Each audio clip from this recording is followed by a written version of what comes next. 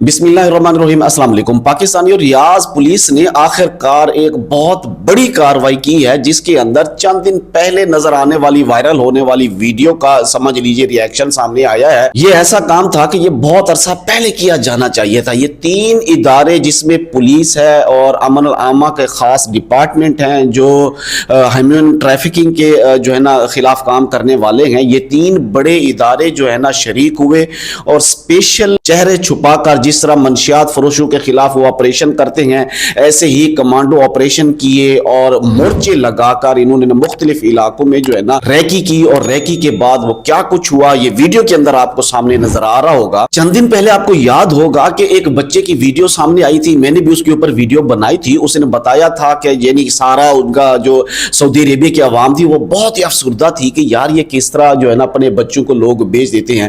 ہوا یہ کہ ریاض کے مختلف علاقوں میں تقریباً 24 کے قریب بچے اس طرح سے بھیک مانگ رہے تھے، اور پولیس کے جو نیٹ ورکس ہیں وہ مسلسل ان کے اوپر نظر رکھے ہوئے تھے۔ بالآخر کار انہوں نے دیکھا کہ بچوں کو کوئی گاڑی آتی ہے آ کر ان کو لے جاتی ہے۔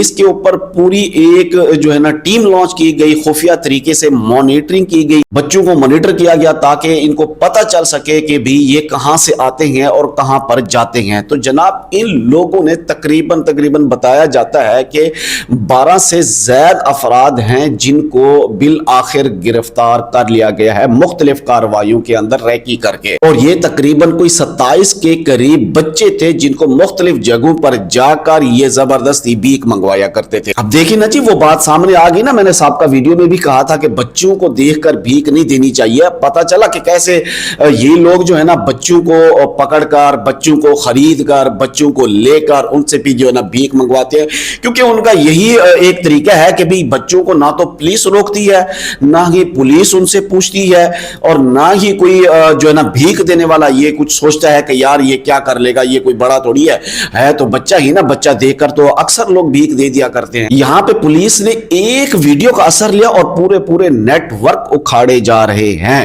بہت اچھا کام ہے، کیونکہ یہاں پر جو ہے نا مختلف ممالک سے، یمن سے اور مختلف ممالک سے بچوں کو اغوا کر کے، بلیک میل کر کے یہاں پر لایا جاتا تھا اور پھر ان سے بھیک منگوائی جاتی تھی۔ دعا کرتا ہوں اللہ تبارک و تعالی تمام مسلمانوں کو اپنی حفظ و امان میں رکھے۔ مجھے دیجیے اجازت، اللہ حافظ۔